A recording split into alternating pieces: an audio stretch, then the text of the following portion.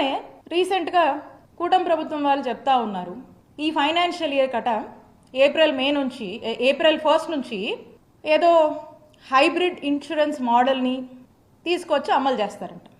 అమలు చేసేటువంటి ఆలోచనలో ఉన్నారని చెప్పి చెప్తా ఉన్నారు. ఆరోగ్యశ్రీ ట్రస్ట్లో ఆరోగ్యశ్రీ అనేది ఒక యూనివర్సల్ హెల్త్ కవరేజ్ స్కీమ్. ఇది మనకు చూసినట్టయితే ఈ రాష్ట్రంలో 90% మంది కుటుంబాలకు ఆరోగ్యశ్రీ ట్రస్ట్ కింద ఈరోజు మనము సేవలు అందిస్తూ ఉన్నాము. 90% మంది కుటుంబాలు ఈరోజు బెనిఫిషరీస్గా ఉన్నారు. ఇలాంటి దాన్ని మీరు ఏదో హైబ్రిడ్ ఇన్సూరెన్స్ మోడల్ అంటున్నారు. అంటే ఏంటి అంటే ఒక ప్రైవేట్ ఇన్సూరెన్స్ కంపెనీకి మీరు ఈ బాధ్యతలను అప్పచెప్పాలని చూస్తున్నారు. దట్ మీన్స్ ఒక థర్డ్ పార్టీని ఎంగేజ్ చేస్తూ ఉన్నారు. ఇది ఎక్కడిది అసలుకి? ఈరోజు ఏదైతే ఈ రాష్ట్ర ప్రజలు ఎంతో నమ్మకంతో మీకు ఓట్లేస్తే ఏ విధంగా వాళ్లకు మీరు వాళ్ళ మీద వేటు వేస్తున్నారు, ఎలా మీరు చేటు చేస్తున్నారో మీకు అర్థం కావట్లేదా? ప్రజలకు ఒక బాధ్యతగా ఇప్పుడు మేము ఇన్ని ప్రొసీజర్స్ పెంచాము, జగనన్న ప్రభుత్వము ఇంత మేలు చేసింది, దీనికన్నా బెటర్గా మీరు చేస్తారేమో అనేటువంటి ఆశతో ప్రజలు ఎదురు చూస్తూ ఉంటే మీరు ఏదో ఒక థర్డ్ పార్టీని ఎంగేజ్ చేసి ప్రైవేట్ ఇన్సూరెన్స్ కంపెనీలకు అంటగట్టాలని మీరు చూస్తూ ఉన్నారు. అంటే దట్ మీన్స్ ఏంటి? అసలు ప్రైవేట్ ఇన్సూరెన్స్ కంపెనీలు అంటే ఏంటన్నా? అసలు ఏంటి ప్రైవేట్ ఇన్సూరెన్స్ కంపెనీలు అంటే? వాళ్ళకు ఏముంటుంది? ద బేసిక్ మోటివ్ ఏముంటుంది? బిజినెస్ మోటివ్ ఉంటుంది, సర్వీస్ మోటివ్ ఉంటుందా? నేను ఇన్సూరెన్స్ కంపెనీలను, ప్రైవేట్ ఇన్సూరెన్స్ కంపెనీలను నేను తప్పు పట్టట్లేదు. బట్ వెరాజ్ ఈ సిచ్యువేషన్కి వచ్చినప్పుడు నేను ఏమడుగుతున్నానంటే, ఆరోగ్యశ్రీ ట్రస్ట్ది service motive, out of pocket expenditure లేకుండా ప్రజలకు ఉచితంగా నాణ్యమైన వైద్య సేవలు అందించడం ఆరోగ్యశ్రీ ట్రస్ట్ యొక్క బాధ్యత, ప్రభుత్వంగా అదే మన యొక్క బాధ్యత. దీన్ని పక్కకు పెట్టి ప్రభుత్వంగా మనం చేయాల్సిన పనిని ఇంకొక ప్రైవేట్ ఇన్సూరెన్స్ మాడ్యూల్ అని చెప్పేసి ఇంకొక థర్డ్ పార్టీ చేతిలో పెట్టి ఏం చేయాలని? అంటే వెల్ఫేర్ని ఏం చేయాలనుకుంటున్నారు మీరు? వెల్ఫేర్ మీద ప్రాఫిట్ చేయాలా, చేసుకోవాలా? ఎంతో కొంత బిజినెస్ మోటివ్ ఉంటుంది కదా. ప్రైవేట్ కంపెనీస్కి సర్వీస్ మోటివ్ ఎందుకు ఉంటుంది? ప్రజలు ఇప్పుడు ఈ ప్రైవేట్ ఇన్సూరెన్స్ కంపెనీకి సంబంధించి మనం చూస్తే వీళ్ళకు ఓన్లీ ఒక సెట్ ఆఫ్ హాస్పిటల్స్తో టైఅప్ ఉంటుంది. ఇక ఈ హాస్పిటల్స్లో వాళ్ళు ఈ 3257 ప్రొసీజర్స్ వీళ్ళు కవర్ చేస్తారా? వీళ్ళ వల్ల అవుతుందా? ఎన్ని ప్రొసీజర్స్ కవర్ చేస్తారు వీళ్ళు? ఎన్ని హాస్పిటల్స్ చూస్తాయి? మనము ఎంతో సపోర్ట్ చేసి ఎంతో ఒక ఫ్రెండ్లీ వాతావరణం క్రియేట్ చేసి 919 హాస్పిటల్స్, నెట్వర్క్ హాస్పిటల్స్ ఉంటే వాటిని 2300 హాస్పిటల్స్, నెట్వర్క్ హాస్పిటల్స్ వరకు మనం విస్తరించాము. ఇవన్నీ వైద్య సేవలు అందిస్తూ ఉన్నాయి. మరి మీరు ఎన్ని హాస్పిటల్స్కి ఇది వర్తిస్తుంది? ఎన్ని ప్రొసీజర్స్కి ఇది వర్తిస్తుంది? రేపు పేదవాడికి ఏదైనా అనారోగ్య పరిస్థితికి వస్తే అసలు మీరు ఇంక్లూడ్ చేస్తున్నటువంటి హాస్పిటల్స్ ఏవి, ఎక్కడికి వెళ్ళాలి? కనీసం ఇందులో సగమైనా చూస్తారా? ప్రైవేట్ హాస్పిటల్స్ ఎందుకు చూస్తాయి? ప్రైవేట్ ఇన్సూరెన్స్ కంపెనీస్ ఎందుకు ఆలోచిస్తాయన్న అలాగా ఆలోచించవు కదా. వాళ్ళు ఎంతసేపు కూడా ఇప్పుడు ఈ రోజున పరిస్థితి ఏంటంటే, రాష్ట్రంలో ఒక పేదవాడికి ఏదైనా అనారోగ్య సమస్య వస్తే వాళ్ళు హాస్పిటల్కి వెళ్తే గనక ఫస్ట్ అతను అక్కడ ఆ హాస్పిటల్లో చూస్తారో లేదో తెలీదు. ఈ పర్టికులర్ వాళ్ళకి ఏదైతే అనారోగ్య పరిస్థితి ఉందో ఆ యొక్క డిజీజ్ కవరేజ్ అక్కడ ఉంటుందో లేదో కూడా మనకు తెలియదు. తర్వాత అతను అక్కడే ఆ పర్టికులర్ హాస్పిటల్లో అతను చూపించుకోవడానికి ఎలిజిబుల్ అవుతాడో లేదో కూడా మనకు తెలియదు కదా. ఎందుకంటే ఈ ప్రైవేట్ ఇన్సూరెన్స్ కంపెనీస్ వచ్చేసరికి ఏం చేస్తాయి, అనేక రకాల క్రైటీరియా 100 పేపర్లు ఉంటాయి. ఈ క్రైటీరియా ఆ క్రైటీరియా మీరు ఇందులో ఫిట్ అవ్వరు, ఇది అది అని చెప్పేసి ఒక ఎంబరాస్మెంట్కి, ఒక కన్ఫ్యూజన్కి, ఒక ఆందోళనకి రాష్ట్ర ప్రజల్ని గురి చేసేటువంటి పరిస్థితులే మనకు కనపడతా ఉన్నాయి. కాబట్టి పేదవాడి ఆరోగ్యం పట్ల పూర్తిగా కూడా నిర్లక్ష్యం అనేది స్పష్టంగా కూటమి ప్రభుత్వం వచ్చాక మనకు అర్థమవుతా ఉంది. ఇప్పుడు వారి మాటల్లో స్పష్టమవుతా ఉంది. అంటే రేపు ఈ పేదవాడి పరిస్థితి ఏంటి? ఎక్కడికి వెళ్ళాలి? ఎవరు బాధ్యత తీసుకుంటారు? ఆనాడు వైఎస్ రాజశేఖర రెడ్డి గారు రాష్ట్రంలో ఉన్నటువంటి ప్రతి ఒక్కరిలో నాకేదన్నా అయితే మా ప్రభుత్వం ఉంది, మా ప్రభుత్వము నాకేదన్నా అనారోగ్యం వస్తే ఆరోగ్యశ్రీ కింద నాకు భరోసానిస్తుంది, నా కుటుంబ సభ్యులకు ఏదైనా అయితే ఆరోగ్యశ్రీ కింద భరోసానిచ్చి మేము ఉచితంగా వైద్యము చేసుకునేటువంటి అవకాశం మా ప్రభుత్వం కల్పిస్తుందనేటువంటి గుండె ధైర్యంతో పేదవాడు ఒక భరోసాతో ఉంటాడు.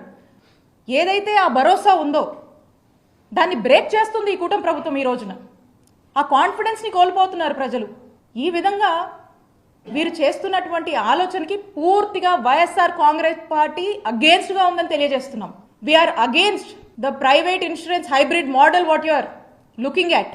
మేము డిమాండ్ చేస్తూ ఉన్నాము, ఆరోగ్యశ్రీ ట్రస్ట్ కింద ఏదైతే 90% మందిలో కవర్ చేస్తూ అవుట్ ఆఫ్ పాకెట్ ఎక్స్పెండిచర్ లేకుండా పేదవాడు సంతోషంగా ఈ రోజున హాస్పిటల్కి వెళ్ళి ఎక్కడంటే అక్కడ ఉచితంగా వైద్య సేవలు అందుకునేటువంటి పరిస్థితుల్లోంచి ఇలాంటి ఊబిలోకి మీరు ఒక థర్డ్ పార్టీ ఎంగేజ్మెంట్ పెట్టుకొని అక్కడికి మీరు నెట్టేయడము, వాళ్ళకి ఎటువంటి భరోసాని కల్పించకుండా మరి ఈరోజు ఇలాంటి పరిస్థితుల్లో రాష్ట్ర ప్రజలను మీరు మిగిల్చమనే దానికి వీఆర్ టోటలీ అగేన్స్ట్. అలాగే ఆరోగ్య ఆసరా మీకు తెలిసింది, ఒక గొప్ప కార్యక్రమం. అంటే ఒక రోగి సర్జరీ అయ్యి కోలుకునే సమయం ఏదైతే ఉంటుందో రికవరీ పీరియడ్లో ఆ యొక్క డాక్టర్ రికమెండేషన్ మేరకు తను ఆ రికవరీ టైంలో వేజ్ లాస్ అవుతుంది కాబట్టి పర్ డే 225 రూపాయల నుంచి గరిష్టంగా 5,000 రూపాయల వరకు కూడా ఆరోగ్య ఆసరా అనే పేరుతో ఫినాన్షియల్ అసిస్టెన్స్ మనం ఇస్తుంటాం. ఈరోజు దాని ఊసే లేదు. నోబడీ ఈజ్ గెటింగ్, ఎక్కడ లేదు దాని ప్రస్తావన. సో టోటల్గా కూడా ఆరోగ్యశ్రీ ట్రస్ట్ నిర్వీర్యం చేసేటువంటి కార్యక్రమం ఏంటండి ఇన్సూరెన్స్ మోడల్ అసలుకి. ఈ రోజున ఆరోగ్యశ్రీని ఆనాడు వైఎస్ఆర్ గారు మొదలుపెట్టిన దగ్గర నుంచి జగన్మోహన్ రెడ్డి గారి ప్రభుత్వం వరకు మీరు చూసినట్టయితే ఆరోగ్యశ్రీ ట్రస్ట్ని ఎంత ఒక ముఖ్యమంత్రి ఎంత స్ట్రెంగ్తన్ చేయగలుగుతాడో అంతలా ఆరోగ్యశ్రీ ట్రస్ట్ని స్ట్రెంగ్తన్ చేసినటువంటి ఏకైక ప్రభుత్వం జగనన్న ప్రభుత్వం అని ఎప్పటికీ ఎవరిని అడిగినా కూడా ప్రతి పేదవాడు కూడా చెప్పేటువంటి భరోసాని నమ్మకాన్ని జగనన్న ప్రభుత్వం కలిగించింది. ఈరోజు మనకు ఆరోగ్యశ్రీ ట్రస్ట్ కింద ఎంతోమంది ఎంప్లాయీస్ పనిచేస్తూ ఉన్నారు. కాల్ సెంటర్స్ పనిచేస్తున్నాయి, ఎమర్జెన్సీ కాల్ సెంటర్స్ పనిచేస్తున్నాయి, అండ్ ఎస్పెషల్లీ ప్రెగ్నెంట్ ఉమెన్కి సపోర్ట్ సిస్టమ్కి పనిచేస్తూ ఉన్నాయి. ఏదన్నా ఏ హాస్పిటల్కి వెళ్ళాలని ఈ రోజున ఎవరు ఫోన్ చేసినా కూడా మీరు ఎక్కడ ఉంటారు పలానా హాస్పిటల్కి వెళ్ళాలని రౌట్ చేసే సిస్టమ్స్ని ఈరోజు పనిచేస్తున్నాయి మన దగ్గర. అలాగే ఈ అన్ని సిస్టమ్స్ మనం పెట్టినటువంటి సిస్టమ్స్ని మెయింటైన్ అండ్ మానిటర్ చేస్తున్నాం. మళ్ళీ ఇవి సరిగా పనిచేస్తున్నాయి మనమే ఒక క్రాస్ చెక్ మెకానిజం పెట్టుకొని ఇవి బాగానే ఫంక్షన్ అవుతున్నాయా, బాగానే పనిచేస్తున్నాయా, ప్రజలకి సరైన టైంలోనే అన్నీ మనము అందించగలుగుతున్నామా, అంబులెన్స్లు కరెక్ట్గానే వెళ్తున్నాయా, ఏ హాస్పిటల్కి వెళ్తున్నారో అవన్నీ కూడా మనం ప్రాపర్గా ఒక గైడెన్స్ ఇచ్చి రౌట్ చేస్తూ దీన్ని మనమే మానిటర్ చేసుకుంటున్నాము. ఇంత పెద్ద వ్యవస్థని, ఇన్ఫ్రాస్ట్రక్చర్ ఫెసిలిటీస్ని, ఇంత పెద్ద మెకానిజంని మనం క్రియేట్ చేసి దీన్ని స్ట్రెంగ్తన్ చేస్తూ ప్రజల్లో ఒక భరోసా కల్పిస్తూ మనం వైద్య సేవలు అందిస్తుంటే ఇంత సిస్టమ్ని కాదని, ఇంత మెకానిజంని, ఇన్ని ఇన్ఫ్రాస్ట్రక్చర్ ఫెసిలిటీస్ మన దగ్గర ఉండగా కూడా దీన్ని ఒక అసైడ్ పక్కన పెట్టి ఈరోజు హైబ్రిడ్ మోడల్ అని చెప్పేసి, ప్రైవేట్ ఇన్సూరెన్స్ మోడల్ అని చెప్పేసి ఎందుకు వాళ్ళ వైపు చూస్తున్నారు? అంత అవసరం ఏమొచ్చింది అంటే బేసికల్గా మనము ఈ బాధ్యత నుంచి తప్పుకుంటున్నాము. We're not responsible to the public అనే కదా మీరు మెసేజ్ ఇస్తున్నారు. ప్రజల ఆరోగ్యం మా బాధ్యత కాదు, మేము ఓ ప్రైవేట్ ఇన్సూరెన్స్ కంపెనీకి అప్పచెప్పాము, ఇక వాళ్ళు చూసుకుంటారనేది కదా మీరు ఇస్తున్నటువంటి మెసేజ్, అంతే కదా? ఇది ఎంతవరకు కరెక్ట్ అని కూటమి ప్రభుత్వాన్ని మేము ప్రశ్నిస్తున్నాం. ఈ ఇన్సూరెన్స్ మోడల్ గురించే చూసుకుందాము. మనం చూస్తూ ఉన్నాము కొన్ని స్టేట్స్ నిజంగానే ఈ ఇన్సూరెన్స్ మోడల్ మహారాష్ట్ర, కేరళ వాళ్ళు ట్రై చేసి ఏం చేసాయి, చివరికి క్యాన్సిల్ చేసుకుని మళ్ళీ ట్రస్ట్ మోడల్కే వచ్చి ట్రస్ట్ పద్ధతిలోనే మళ్ళీ ఇప్పుడు వైద్య సేవలు అందిస్తున్నారు. వర్కౌట్ అవ్వలే. This private insurance model is the failure model. దీన్ని కొన్ని స్టేట్స్ ఇంప్లిమెంట్ చేసుకొని క్యాన్సిల్ చేసేది వర్కౌట్ అవ్వట్లేదని. అలాంటిది ఒక చక్కటి, అసలు మనమే ఇతర రాష్ట్రాలకు ఆదర్శంగా, దేశానికే ఆదర్శంగా ఉన్నటువంటి ప్రోగ్రాం మనది ఆరోగ్యశ్రీ పథకం. 2007లో ఈ ప్రోగ్రాం మనం ఇనిషియేట్ చేసినప్పుడు వైఎస్ఆర్ గారు దేశానికే ఎంతో ఆదర్శంగా మనం నిలిచాం, ఇన్స్పైర్ చేశాం.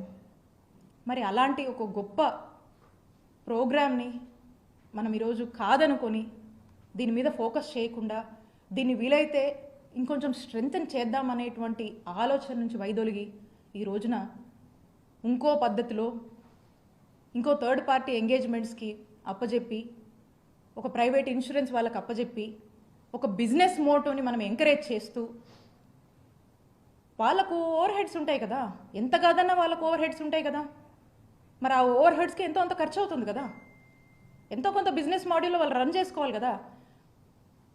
అదేదో మన ప్రజల మీద, మన పేద ప్రజల మీద మనం ఇన్వెస్ట్ చేద్దాం అనేది కాకుండా మరి వాళ్ళను ఈరోజు వాళ్లకు ఈ విధమైనటువంటి బిజినెస్ మోటివ్ ఉన్నటువంటి దాన్ని మనం ఎంకరేజ్ చేయడం అనేది ఎంతవరకు కరెక్ట్ అనేది ఈ కూటమి ప్రభుత్వాన్ని నేను ప్రశ్నిస్తున్నాను. కాబట్టి నేను స్పష్టంగా తెలియజేస్తూ ఉన్నాము. నెట్వర్క్ హాస్పిటల్కి సంబంధించి ఏదైతే పెండింగ్ బకాయిలు 3,000 కోట్లు ఉన్నాయో ఇమీడియట్గా చెల్లించి వాటిని ఫంక్షనింగ్లోకి తీసుకురావాలి అని చెప్పి వైఎస్ఆర్ కాంగ్రెస్ పార్టీ డిమాండ్ చేస్తూ ఉంది. అలాగే ఏదైతే మీరు ప్రైవేట్ ఇన్సూరెన్స్ మోడల్ అని ఆలోచనలు చేస్తూ ఉన్నారో we're against, YSR Congress party is against this module అని తెలియజేసుకుంటూ యాజ్ ఇట్ ఈస్గా ఏదైతే ఆరోగ్యశ్రీ ట్రస్ట్ని మేము ఏ విధంగా చేశామో దాన్ని ఆ విధంగానే కంటిన్యూ చేయడం వల్ల ప్రజలకు మేలు జరుగుతుంది అనేటువంటి ఒక భావాన్ని మీకు స్పష్టంగా తెలియజేస్తున్నాము. అలాగే ప్రజలకు ఏదన్నా ఇబ్బంది వచ్చి ఇలాంటి పరిస్థితుల వల్ల ప్రజలు ఇబ్బంది పడితే ఖచ్చితంగా వారి పక్షాన మేము నిలబడి వైఎస్ఆర్ కాంగ్రెస్ పార్టీ పోరాడుతుందని తెలియజేస్తున్నాం.